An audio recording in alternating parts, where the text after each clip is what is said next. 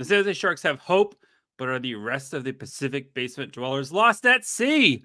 This is the Locked On NHL's Pacific Division playoff hopefuls, maybe, probably basement roundtable preview. This is the Locked On Podcast Network's 2024 NHL Season Preview. Your team every day. Hello, my name is JD Young, host of the Locked On Sharks podcast. Today, I am with Erica of Locked On Kraken, Jess of Locked On Flames, and Jason of Locked On Ducks, where we cover your team every day. Of course, you can find all of our podcasts and Locked On NHL wherever you get podcasts and watch on YouTube. Friends, it has been a very busy summer this off season. I know all of our teams have been most of our teams have been active in free agency and doing stuff with the draft. So let's start as we are in hope season. Erica, let me start with you. Why is this optimism around the Kraken this year? Last year's over. So there you go. I think that the Seattle Kraken really slipped last year. There's really no ifs, ands, or buts about it. The team, I mean, even if you put the injuries on the shelf, just didn't quite compete the way that is the expectation, especially after being able to make it to the second round of the playoffs. That being said, we did see some moves in free agency on day one, 14 years of Seattle Kraken history signed in one day, and I think there's still a little concern about whether the terms and the amount spent is right, but it was a move in the right direction, or a move, I guess, in some direction. We'll find out soon enough. And that is in and of itself pretty big. There's still a lot of question marks with the Seattle Kraken, but from being at training camp for the last 2 days, I think that it really is about turning the page. New head coach in Coachella Valley, our AHL team, the former AHL head coach, Dan Bylsma, coming over to the Seattle Kraken. And, it seems like the new coaching staff really means business. And so hopefully that will translate throughout the regular season. All right. Jess, there's been a lot of turnover with the Flames. The Flames kind of feel like a team that might be trying to figure out if they're going to retool this thing or if they're going to rebuild this thing. Optimism for the Flames other than Dustin Wolf. It's a young team now. I think that, the biggest move was them trading Jacob Markstrom. That kind of set the tone of what direction they really want to go in, because like you said, Dustin Wolf and Dan Vladar, who has less than 100 NHL games under his belt, are projected to be the goaltenders. And I don't necessarily think that is a Stanley Cup playoff team. I mean, we kind of know the Flames are that team that they've been kind of wandering the desert, especially the last couple of seasons, and they're, I think, kind of in the early stages of trying to figure out what they are. So I mean, yes, they're a young team, and you have Dustin Wolf and like Matt Coronado. There's going to be something to be optimistic about, right? Not just like absolutely. Yeah, this isn't 23-24 San Jose Sharks, right? Yeah, I think a lot of people have just kind of put their hopes and beliefs in these young children, and I think that's beautiful. I hope they don't project onto them, though, because we don't need to see any of that. All right, Jason, I know the Ducks were very quiet in free agency, but they've been drafting very high recently. They have a ton of young guys making an impact. You have Cutter Gauthier, is going to be his full rookie season. Leo Carlson, and you have sweet new sweaters. Is this the year the Ducks can start to finally do something with everything? There's a little bit of hope. I know that there are still some fans that are frustrated that GM Pat Verbeek did say, and I quote, "We are looking to get a top 6 forward and a top 4 defenseman." End quote. Did any of that happen during the offseason? I'm thinking of a number, JD, between 1 and no, which is exactly what happened. I mean, the additions the Ducks made are leaving some fans scratching their heads, to say the least. Yes, they picked up Robbie Fabry. They picked up Brock McGinn, which is fine. They got some pieces. They picked up someone else that Erica might be familiar with, Brian Dumoulin. So there's some pieces, but they're not exactly going to move the needle all too much. That being said, the health of all the rookies is going to be important. Leo Carlson expected to play a full season finally this season. Mason McTavish hopefully playing a full game this season. Trevor Zegras went into camp with a new attitude, a new outlook, a new hairdo, by the way, which harkens back to the 90s for some reason. Mullet power for Trevor Zegras now. But I know it's kind of a cliche that health is going to be important for every team, but the Ducks were one of the most injured teams last season, to the point that you saw some players that fans were going, who's this guy? Who's this guy? Are these guys that are full-time NHLers? And they played a ton of games for the Ducks last season. So maybe it's up to the rookies to finally take that step forward. And I think it is about that time. Speaking about let the kids play in San Jose, that is the recipe right now. The Sharks, Mike Grier had himself an offseason after a terrible, no good, very bad 2023-2024 season where the Sharks were one of the worst teams in modern NHL history. You were rewarded with your efforts with a new savior in Macklin Celebrini, who signed his ELC and has already been dominating in training camp. You have Will Smith, who was the 4th overall pick in the 2023 draft, entering the fray. The Sharks were active in free agency, getting Tyler Toffoli to add to the mix. And then the cherry on top, they went out and traded for Askarov from the Nashville Predators. The Sharks right now have the best prospect pool in the entire NHL, and I will fight people on this. There's a lot of hope in San Jose because of the team has not had any direction for the past several years. And with Mike Grier, he has turned this thing around in 2 years. And while this team is not going to be very good this year, you can see a path to this being a good, sustainable winning hockey team over the next few seasons once Celebrini and Smith and Dickinson and Askarov, once these guys start getting their legs under it, this team is going to be a young, fun, fast, gritty team. And it is going to be, the future is teal for a reason. So while this is great from the forward, this year, though, I think for our 4 of our teams here are going to be a struggle still, maybe when it comes to points and trying to kind of rack up where they are at in the Pacific Division. So let's look at what FanDuel projects for these teams to be in the Pacific. The Seattle Kraken over under 87.5, the Flames at 81.5, the Ducks at 72.5, and the Sharks at 64.5. Let's start with Erica. 87.5. Where do you taking the over under? Does that feel about fair? It feels about fair. I think although I'm cautious coming into this season, I am definitely more optimistic. So I think that it's definitely within reach.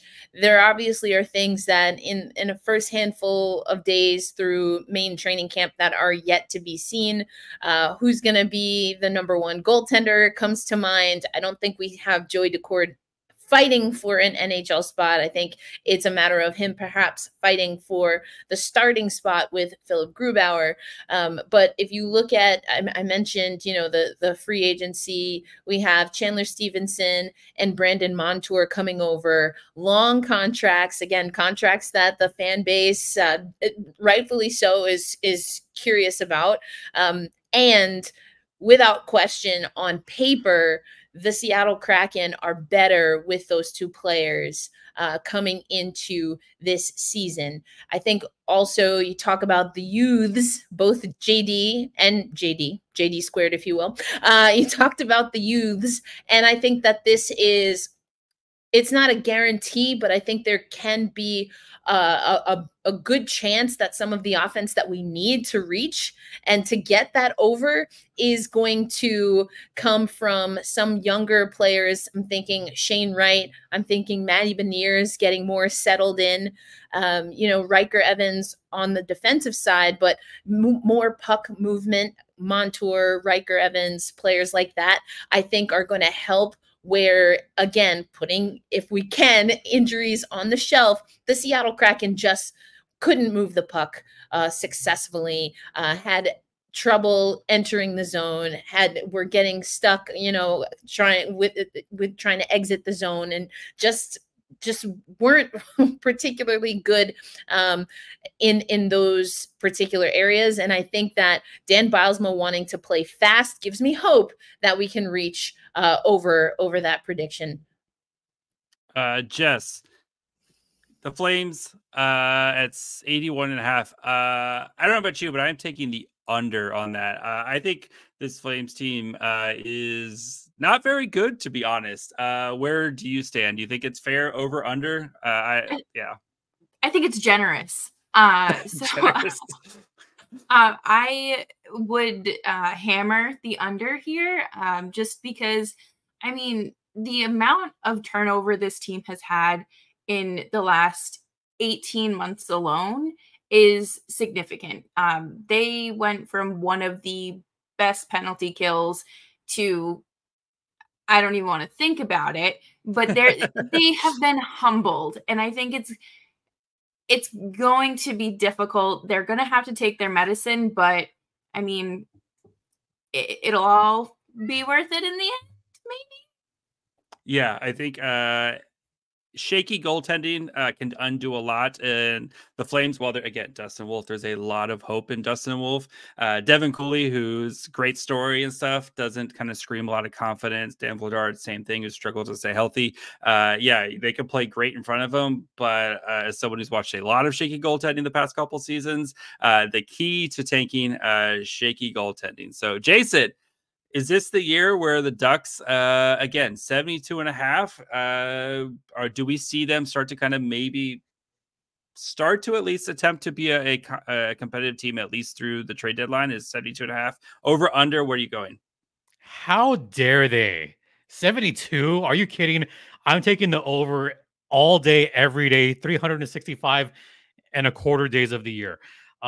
I have contended that the Ducks are going to be at least 15 points better this season than they were last season, which would put them at, if my math is correct, 74 points. So that puts me on the over on that. But even I think that's a little bit low. I have them in the high 70s this season, with a new coaching staff, with a new outlook, with a new rebranding. All of those things do make a difference for the Anaheim Ducks. And especially if you can get a full season of Trevor Zegras. Yes, there was a lot of talk. Oh, Zegras this. He should be traded here. He should be traded there. He didn't play that many games. He almost missed the entire season last year. That's why you didn't hear a lot of positive about Trevor Zegras, as he was out almost the entire time. And when he did play, he wasn't 100% at all. So if you can get a fully healthy Trevor Zegras, he could be back leading the Ducks in points and goals this season. And I haven't talked about him, but Cutter Gauthier has a certain confidence about him, a certain, I don't want to say arrogance, but there's just something about Cutter Gauthier that when he walks into a room, you could tell that he's already there because he exudes confidence. There was a game that he played in the rookie faceoff last weekend where he had a blistering shot that must have went 250 miles per hour. I'm kidding, not that fast, only 220, but he's got one of the best shots out of all the rookies outside of Macklin Celebrini that was there at the rookie faceoff. So I would say take the over on that one all day long. For the Sharks here, it does feel a little high, to be honest. 64.5. Last year, they only had 47 points. That would be a jump of almost 20 points in a full season. As well, I do expect the Sharks to be better and more competitive. I would still take a slight under on that, just because 20-point jump in the standings. And yes, I know that team was historically bad. And if this team just goes to be normally bad, you're going to see them be a much more competitive team. But rookie head coach, you have the franchise is basically on the shoulders of two teenagers. I think that's a lot to expect from them this season. So I will take the under on that. We will take the over on how long this podcast is going to run and talk about the biggest off-season additions and some breakout candidates and what happens if your team misses the playoffs. So we'll get to that here in just 1 minute. If you want to go catch an NHL game, NFL game, NBA game, whatever is your cup of tea, you need to check out Game Time. Game Time is a new feature called Game Time Picks that makes getting tickets for your favorite live events even easier. Game Time Picks filters out the fluff to show you only incredible deals on great seats, so you don't have to waste time searching through thousands of tickets. They have curated deals to make it life easier to find the best prices on game seats. You can view your seats before you buy, because there's nothing worse than getting to an event and realizing my seats stink. So with Game Time, they take the guesswork out of getting tickets. Download the Game Time app, create an account, and use code LOCKEDONNHL for $20 off your first purchase. Terms apply. Again, create an account and redeem code LOCKEDONNHL, LOCKEDON NHL for $20 off. Download Game Time today. What time is it? Game time.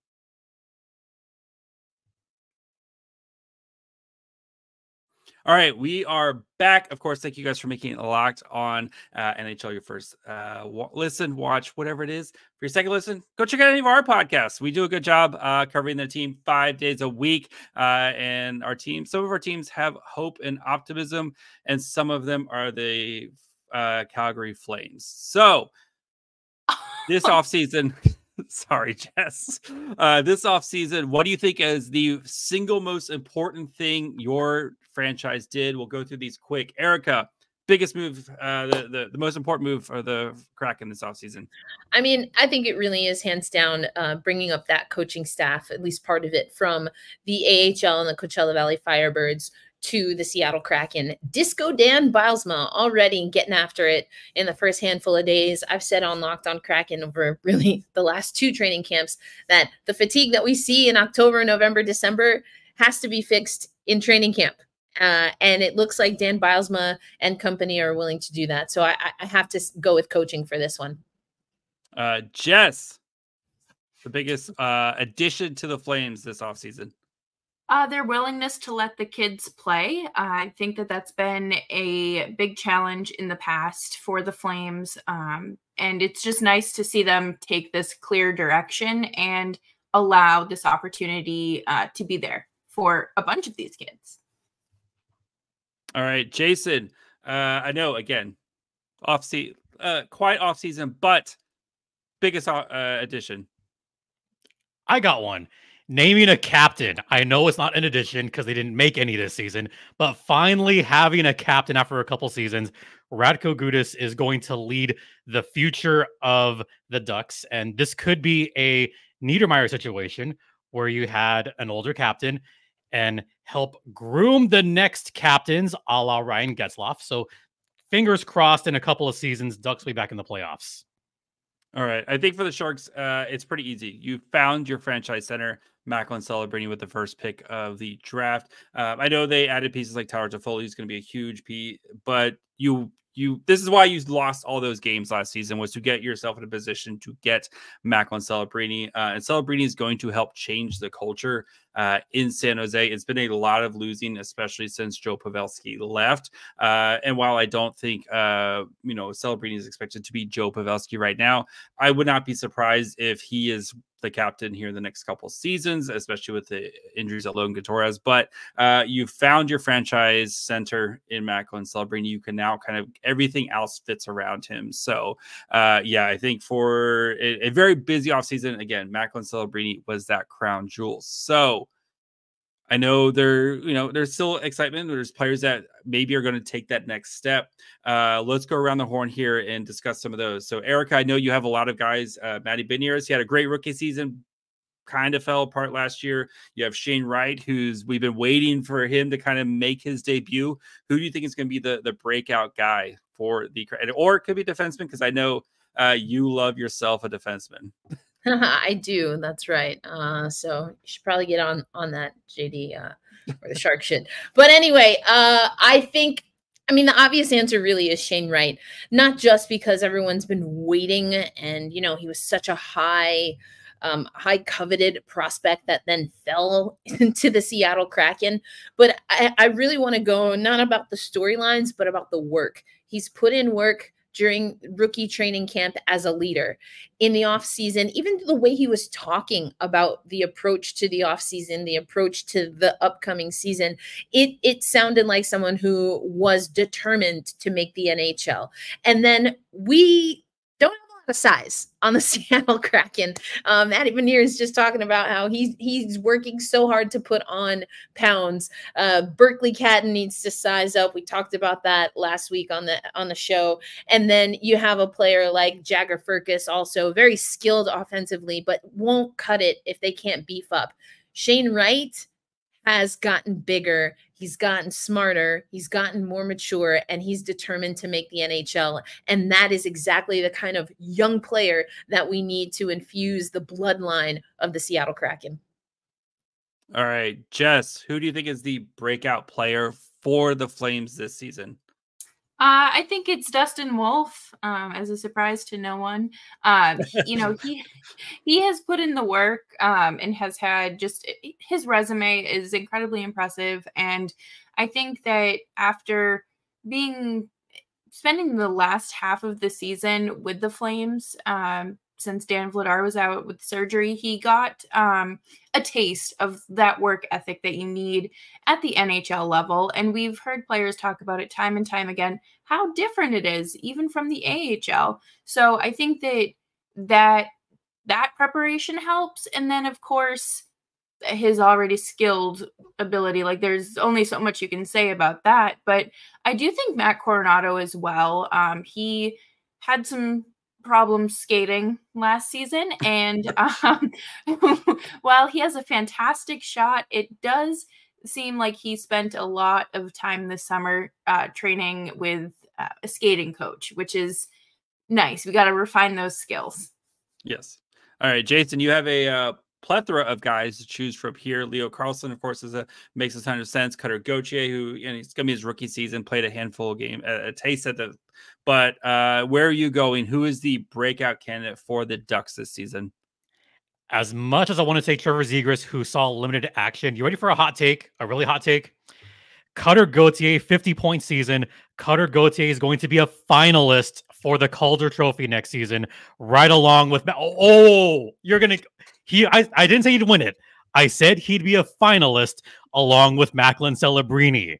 That's my hot take there. I think Cutter Gauthier is going to be one of the biggest breakout stars, not just for the Ducks, but of the entire National Hockey League. He has got something to prove, especially after that much talked about trade last season with the Philadelphia Flyers.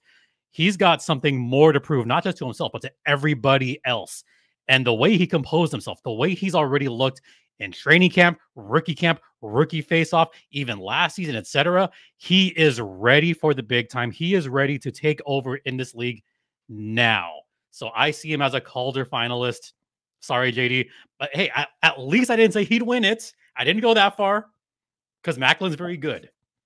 And Will Smith, too. I'm going to go with a guy who's going to be entering his second full season with the San Jose Sharks, and that is my Swedish son, William Eklund. Eklund last year completed his first full season in NHL. In 80 games, he had 45 points. He played the majority of his time last year with Luke Cudden, and he put up 45 points. Now you surround him with other talented players, whether it's Mikael Granlund,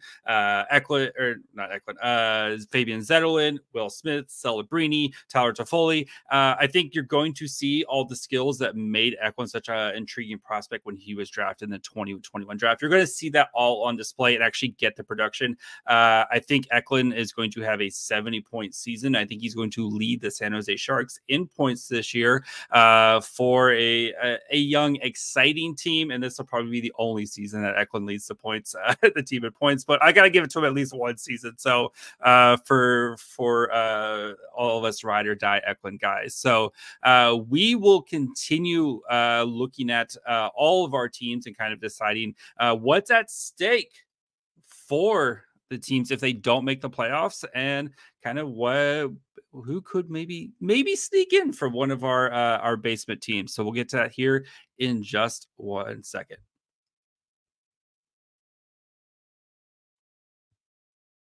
Today's ad is brought to you by FanDuel, America's #1 sportsbook. And for NFL fans, you can start the season with a big return. When you get a hunch in the middle of a game, you can check out the latest stats, view live play-by-play, and so much more on the same page with while you place your bets. And you get started with a $200 and bonus bets guaranteed when you place your first $5 bet. Plus, it's not just NFL season. You can bet on FanDuel's easy-to-use app, of course, but as NHL season draws near, they've got plenty of stuff to choose from. You have awards picks, division winners. Give me the Canucks and the Pacific, guys. I think it's the Canucks year. And which team is going to win the whole thing and bring home the Stanley Cup in June? That's FanDuel.com and get $200 in bonus bets when you place a $5 bet. FanDuel, official sports book of the Locked On Podcast Network. All right, guys, we have a big question here. What happens if your team doesn't make the playoffs? And yes, every team, they're all going to say the same thing going into training camp. Our goal is to make the playoffs. We know realistically, like our teams are in the middle of it, but I think Erica's team is, they were just in the playoffs a couple of years ago, took a big step back this year. Erica, what happens if the Kraken don't make the playoffs? Is this like the end of the world, or is it you have a new coach, new frames, where we got to let this thing build, right? I really think that if the Seattle Kraken don't make the playoffs, then, honestly, something I've been talking about on the show will come to pass. And that's that the changes that were made at the coaching level weren't enough because it wasn't maybe only the coaching that was the issue to begin with. I think you really have to be critical of the front office for the Seattle Kraken. They did make some moves, which are in our very short history, a little bit uncharacteristic. I think they're meeting the moment of kind of the time of free agency, and Ron Francis has talked about that. And I think there are still some question marks. There's some people, there's likely even just some dead weight on the team this year that hasn't been handled, and will likely have to get handled pretty soon so that we are in a good position with the salary cap. So that alone tells me that if this is a team, first of all, even before we get really to playoffs, if this is a team that comes out the gate stumbling, there have to be some moves made with the roster, and then you really have the front office in the hot seat. But if we get to the end of the season and the Seattle Kraken are not in the postseason, I think you really have to see what's going to happen at the top, because that to me is the thing that stands out the most. There's enough talent. There's a very promising coaching staff, but the moves were just not right to get the team where they needed to be. Jess, Team Tank, choo-choo. Yeah. Yeah, 100%. Nothing's at stake.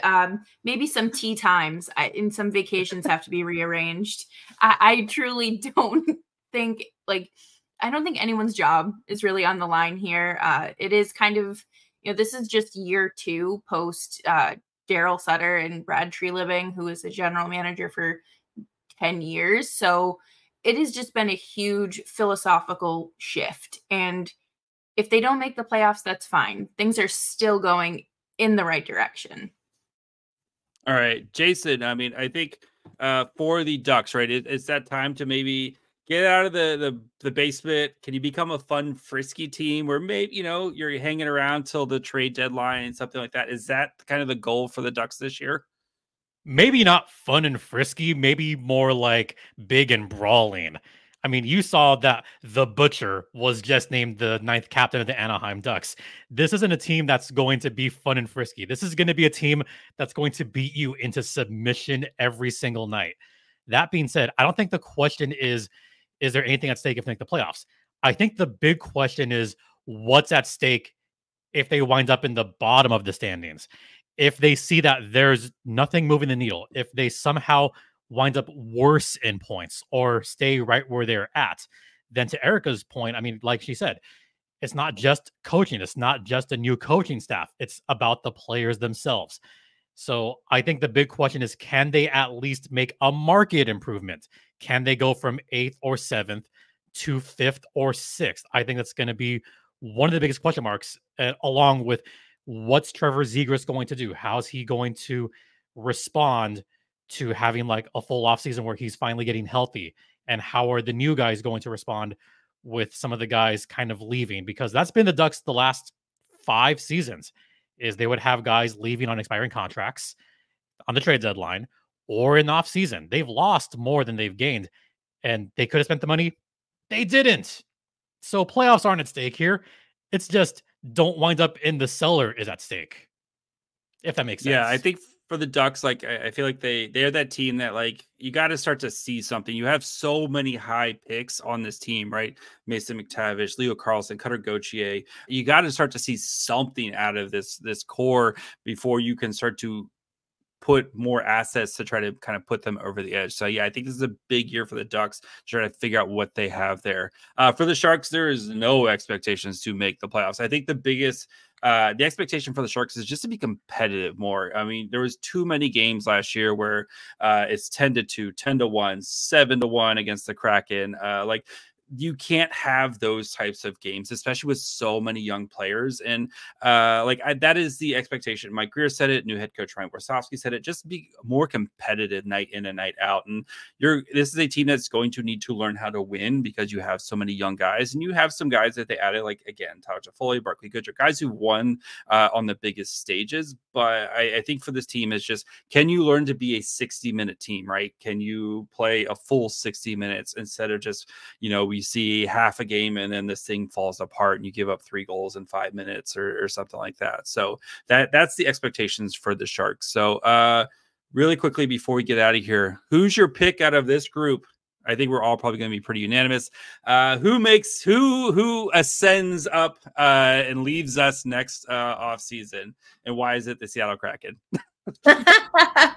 Yeah, I think it's the Kraken. I think that, to your point earlier, JD, I think, and I've said this before, they did arrive a little ahead of schedule. I don't think that they did, they kind of accelerated into the next phase. If anything, it's kind of, again, the front office really being pulled in that direction. But what gives me hope is that Dan Bylsma wants to play fast. He has a handle of what is needed to motivate the young players that, again, are going to be the bloodline of the Seattle Kraken. Him and his staff, they're the right ones to do it. And again, if anything goes wrong, I'm not putting it on the players necessarily, I guess, depending on what we see. But I think generally speaking, it's probably going to be a front office issue. But I'm putting my faith in Disco Dan.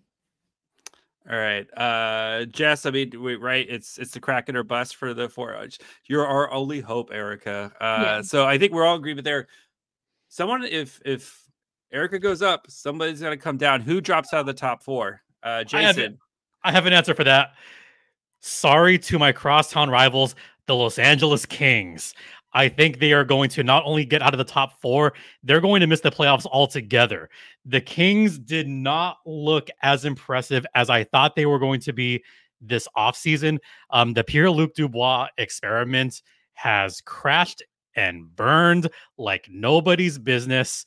And I was looking at the Kings roster last night. There's not a whole lot that makes me excited for the Los Angeles Kings. So I feel bad doing this because I have a lot of friends that work in that organization, but I think they're going to be 5th place in the division. I'm sorry. By the way, I have Vegas 4th. I have Vegas 4th. We can both hate the Kings. Yes. I have the Kraken 3rd in the division, by the way. Vegas lost a lot this offseason as well. So yeah, I think it's the Kings as well. Rob Blake has kind of painted himself into a corner with that roster. They have a lot of contracts to go for a very long time, and they can't really do too much with them. You could also talk me into Vegas, but that's just a hater in me as well. And if you look at I know Vegas's defense is good. The goaltending, I think, plays above expectations because of the defense in front of them. I know they have Stone and Eichel stuff, but if you look at the left wings, they've lost a lot there. They haven't done a lot to replace them. That you could talk me into them, especially if we know the LTIR bug goes around Vegas at some point in the late winters. So you could talk me to them, but I think it's the Kings, like I said, unless Quentin Byfield turns into the monster superstar that we kind of been waiting for. I'm not impressed with the Kings. I think Rob Blake is on very thin ice here. So that's it from the terrible basement part of the Pacific. There's hope. One day we're going to be at the top, guys. I promise you, we will be at the top one day. And all those, and then those guys can deal with shanking. So thank you guys, of course, for making hanging out with us, making this episode of the 2024 Locked On NHL Season Preview your first listen. For your second listen, catch the rest of the Pacific and every episode of the 2024 Locked On NHL Season Preview on Locked On NHL on YouTube, wherever you get podcasts, part of the Locked On Podcast Network. Your team every day.